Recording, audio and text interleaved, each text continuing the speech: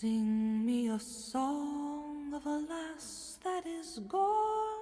Say goodbye. Hi everyone, it's Holly and I'm here with my non-spoiler review of Outlander by Diana, cannot pronounce her last name, Gabaldon. And I've been putting off filming this because I just feel like this video is going to be obnoxiously long. I wrote out notes, they start here and they end up here. This is another video. Dude, this is a lot. I don't want this video to be 20 minutes long. Jeez, how long is my discussion video going to be? So normally I try to give you a synopsis, and I am going to do that, but this book is so hard to describe, and I've tried to explain to so many people. I am just going to read the synopsis on the back of the book. Not that it's horribly informative, but that's what I'm going to do. And it says, the year is 1945. Claire Randall, a former combat nurse, is back from the war and reunited with her husband on a second honeymoon. When she walks through a standing stone in one of the ancient stone circles that dot the British Isles, suddenly she is a Sassenach, an outlander, in a Scotland torn by war and raiding clans in the year of our Lord 1743. Hurled back in time by forces she cannot understand, I don't even know what I thought that word was going to Hurled back in time by forces she cannot understand, Claire is catapulted into the intrigues of lairds and spies that may threaten her life and shatter her heart. For here, James Fraser, a gallant young Scots warrior, shows her a love so absolute that Claire becomes a woman torn between fidelity and desire and between two vastly different men in two irreconcilable lives. There's a lot of historical things going on about life in Scotland and all of that. It's not just a romance, but that is a huge part of it. If you saw my weekly wrap-up, then you'll already know I did give this book 4 stars. Overall, I enjoyed it, but I did have a few issues that I just still cannot overlook. It's been about a week. So like I normally do, let's talk about the characters first. So your two main characters are going to be Claire and Jamie. And Claire, she's smart. I would say she's generally strong and independent. You know, she has struggles, but she seems to reason through them in a pretty rational way. I don't need female characters to be strong in a Katniss way. I just want you to have some sort of drive and agency. However, she does get a little annoying to me personally. She starts to rely way too much on Jamie, and I get that this is a different world and it's a time when women can't be free, but I think when you compare her to somebody like Gillis Duncan, who's a side character who makes her own path in life, it's kind of frustrating to see Claire just be like, Jamie, protect me. And she does kind of make stupid decisions repeatedly, the same stupid decisions. And I can overlook that a couple times, but eventually I'm just like, really? Can we stop making these choices? You are 27 years old, you've been through a lot. Cause and effect is something you can learn. I do like that she struggles with her feelings for Jamie, though. I was a little apprehensive going to this story of...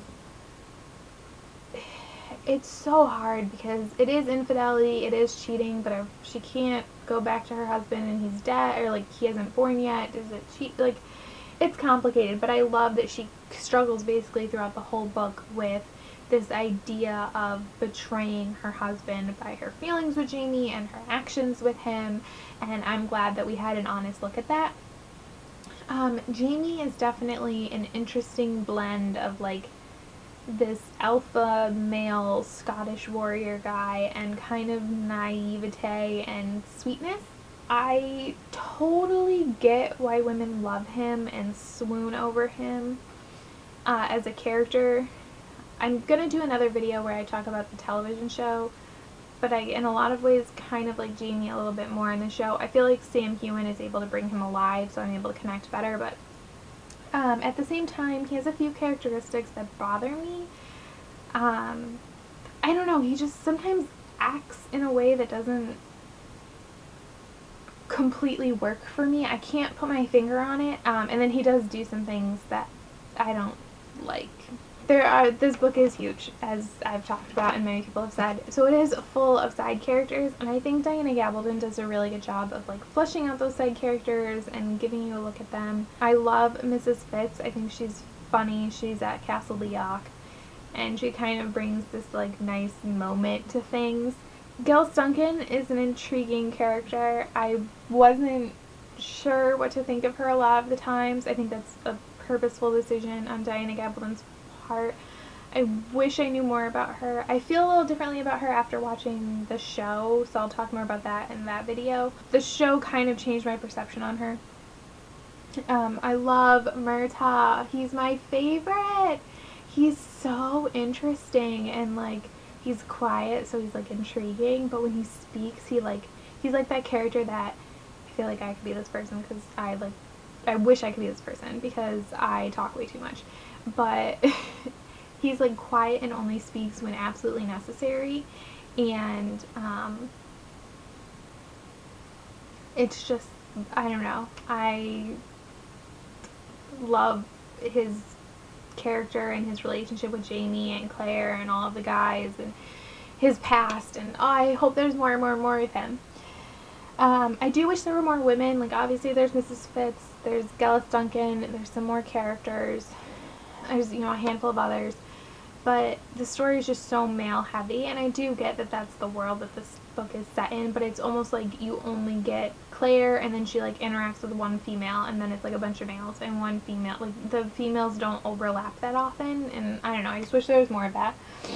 Also, could we please get a pronunciation guide? I was actually like afraid to film this, and the show has helped a lot. I still feel like I'm saying everything wrong, but some of those names, like that girl, there's a girl, like a young 16-year-old girl, and even with the show, I can't tell how they are pronouncing her name, and it is spelled so odd. Irish, Scottish, and Welsh names confuse the crap out of me. Let's talk about the romance. I think in general it's handled really well. Like I said before, the whole cheating, infidelity thing felt like it was handled with the appropriate respect, and I'm the kind of person that does not like cheating in books, but if you handle it well, I can deal with it in the context of that story, like Maybe Someday by Colleen Hoover. I also thought it progressed slowly. I was really nervous going into this book that it would just be her like going back in time and meeting this attractive Scottish man and being like, oh my gosh, I love you. And it is not that at all. They kind of build a friendship, and even then there's an attraction, but attraction happens. Like that's not an avoidable thing. But it progresses slowly and normally, and especially Claire has to struggle with her feelings, which I really appreciated. I do wish that their romance didn't like constantly fall back on sex. I get that it, like part of this story, like that's new to their relationship, so they're like horny little rabbits. I get that, like I totally do. But sometimes it felt like they were kind of using it as a way to avoid other things. And that's a little frustrating for me. The writing, I know a lot of people when they talk about Diana Gabaldon, they talk about how her writing is beautiful, and it is. I was updating Goodreads when I was reading this, and at one point, I think it was like 200 or 300 pages into the book, and I was saying that like nothing was going on, but I was just like in love with it because the writing just like is beautiful, and you can just appreciate the artistry of it. And that is true. It is very nice. It's kind of different than anything I've read. I think it's because I don't know how to classify this story, so I don't know what kind of writing to expect from it.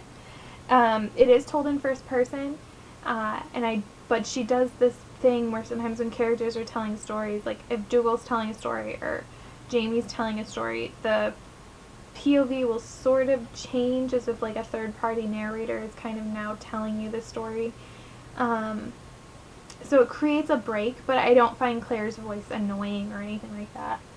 I did find the writing a little abstract sometimes. There were several times where I even had to like reread and still was confused about what was going on and what characters, like how they came to the thought process that they did, is like why they made the decisions that they did. And especially with Claire, like I'm in her head, so I should be able to know those things. But maybe just like as I continue to read the series, maybe I'll understand more. A few other quick things. I would definitely say this book is pretty dark. It addresses some dark, gory topics. There's a lot of like whipping and people getting flogged, and there's a lot of mentions of rape. Raping occurs. I mean, it's the life. It's a dangerous place to live for anybody, but especially a woman. And Diana Gabaldon does not shy away from that, which is I can respect, but I definitely think this book is full of things that could trigger for people, so proceed with caution. She also kind of goes over a lot of historical issues and struggles. A huge part of the story is kind of like the Jacobite rebellion, which I know about, like, in theory, like, I have heard of, like, Bonnie Prince Charlie and that kind of stuff, but I do not know anything really about Scottish history, and I was not lost. It's not handled in a way where it's like, if you don't know all of this historical information and you have to go read historical texts before you can read this. It's not like that at all, but it does add an interesting layer to the story. And I guess the last thing is, like I normally do in a review, is would I recommend this book? I mentioned this in my wrap-up when I finished this. Normally this question is really easy for me to answer. Yes or no, or yes, but with certain caveats. With this one, I can't answer it. I feel like this book is too big, too complex, and has too many things in it to cut and dry answer if this is a good read for you. It's a very individual story. I think it has a lot of things in it that could rub people the wrong way very easily, and then there's other times where you could be somebody like me who enjoyed it and there's things that bother me, but I'm able to sort of move past those things and look at the other things, and other people wouldn't be able to move past it, and that's fine. But the only way you can know that is to read it. It's a really popular book. People have been reading it for over 20 years. People have loved it for over 20 years. But there's definitely some problematic things that go on in here, especially with the way that women are treated sometimes. But then it's historically accurate, so it depends on how you handle those things. So just use discretion, and like I said, it is really dark and handles some dark things. I mean, it has humor and everything, but just know that, and it's a commitment to read this. But I will say I do plan on continuing to read the series. Not right away, because it was kind of an emotional read, and it took a lot out of me, and it took a week, so I need a little bit of a break, but I do plan on continuing to read it. I think I'll just do reviews every single time I read one, let you know what I'm thinking. And I do plan on doing a discussion video for this where I talk about spoilers and everything, so if you've read it and you want to know more in-depth things, stay tuned for that. That should be up soon. If you have any questions, comments, concerns, suggestions, anything like that, as long as it's not spoilery, please feel free to leave it in the comments below. But I am going to say spoilers are free game on the discussion video as a heads up. So thank you so much for watching. Bye!